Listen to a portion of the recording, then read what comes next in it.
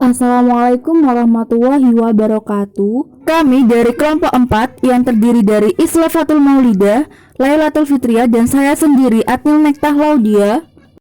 Kelompok kami akan menjelaskan tentang penduduk, sumber daya alam, dan kerusakan lingkungan.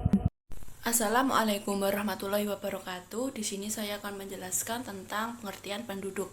Menurut Undang-Undang Dasar 1945 Pasal 26 Ayat 2, penduduk adalah warga negara Indonesia dan orang asing yang bertempat tinggal di Indonesia. Sedangkan menurut Badan Pusat Statistika, penduduk adalah semua orang yang berdomisili di wilayah geografis Indonesia selama 6 bulan atau lebih dan atau mereka yang berdomisili kurang dari 6 bulan tetapi bertujuan untuk menetap. Yang kedua yaitu konsep sumber daya alam. Menurut Rositawati dan Muharram, sumber daya alam adalah segala sesuatu yang berasal dari alam. Sedangkan menurut Sulistianto dan Wiono, sumber daya alam dapat berupa kumpulan beraneka ragam makhluk hidup maupun benda tak hidup yang dimanfaatkan untuk kehidupan manusia. Yang ketiga yaitu klasifikasi sumber daya alam. Sumber daya alam dapat digolongkan dalam beberapa macam. Yang pertama yaitu berdasarkan sifatnya. Nah, berdasarkan sifatnya ini sumber daya alam dapat dibagi menjadi 3. Yang pertama yaitu sumber daya alam yang dapat diperbaharui. Artinya yaitu sumber daya alam dapat memiliki daya regenerasi atau dapat pulih kembali. Yang kedua yaitu sumber daya alam yang tidak dapat diperbaharui. Dan yang ketiga yaitu sumber daya alam yang tidak bisa habis, artinya sumber daya tersebut yaitu kekal. Yang kedua yaitu sumber daya alam berdasarkan potensi penggunaannya. Nah, berdasarkan potensi penggunaannya ini, sumber daya alam dapat dibagi menjadi beberapa. Yang pertama yaitu sumber daya alam materi, yang merupakan sumber daya alam yang dimanfaatkan dalam bentuk fisiknya. Yang kedua yaitu sumber daya alam energi, merupakan sumber daya alam yang dimanfaatkan sebagai energi, misalnya minyak bumi sebagai bahan bakar kendaraan. Dan yang ketiga yaitu sumber daya alam ruang.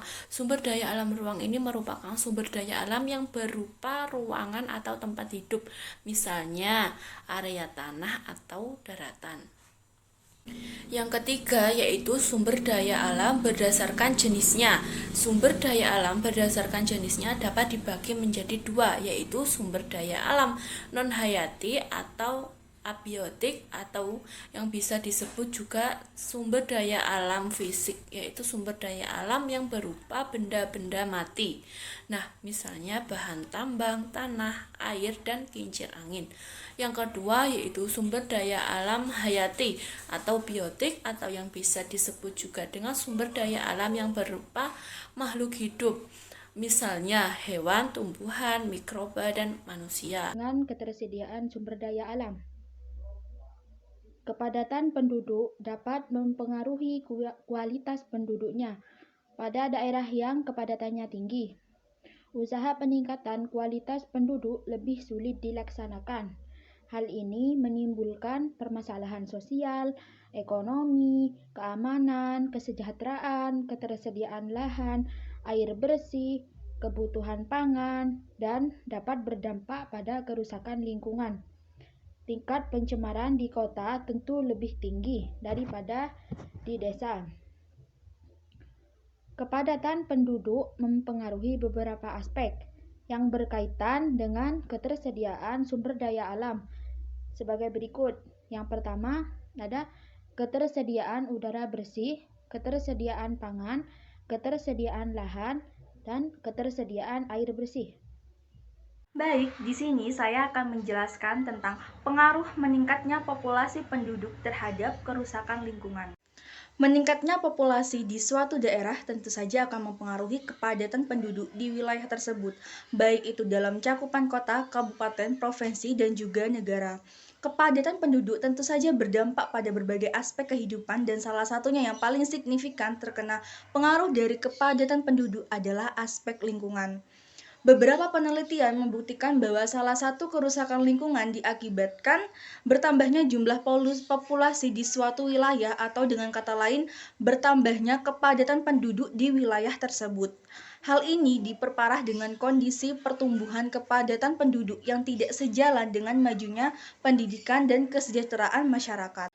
Peningkatan populasi penduduk yang tidak terkendali juga dapat merusak lingkungan sebagai berikut. Yang pertama, terjadinya penebangan hutan.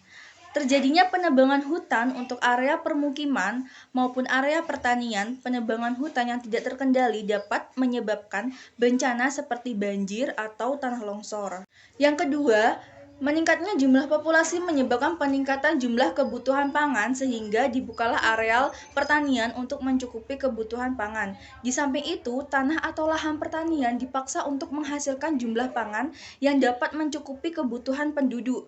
Akibatnya, tanah sering dipupuk untuk memperoleh hasil yang cukup.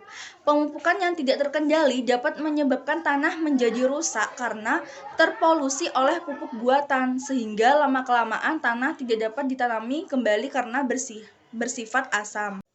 Yang ketiga, penggunaan pestisida secara berlebihan.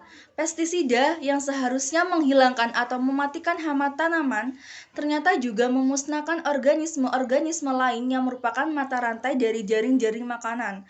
Yang keempat, sampah rumah tangga meningkat, sedangkan tempat pembuangan terbatas sehingga sampah menjadi bertumpuk. Sampah yang bertumpuk merupakan pusat penyebaran penyakit tertentu, misalnya tipes, kolera, dan disentri.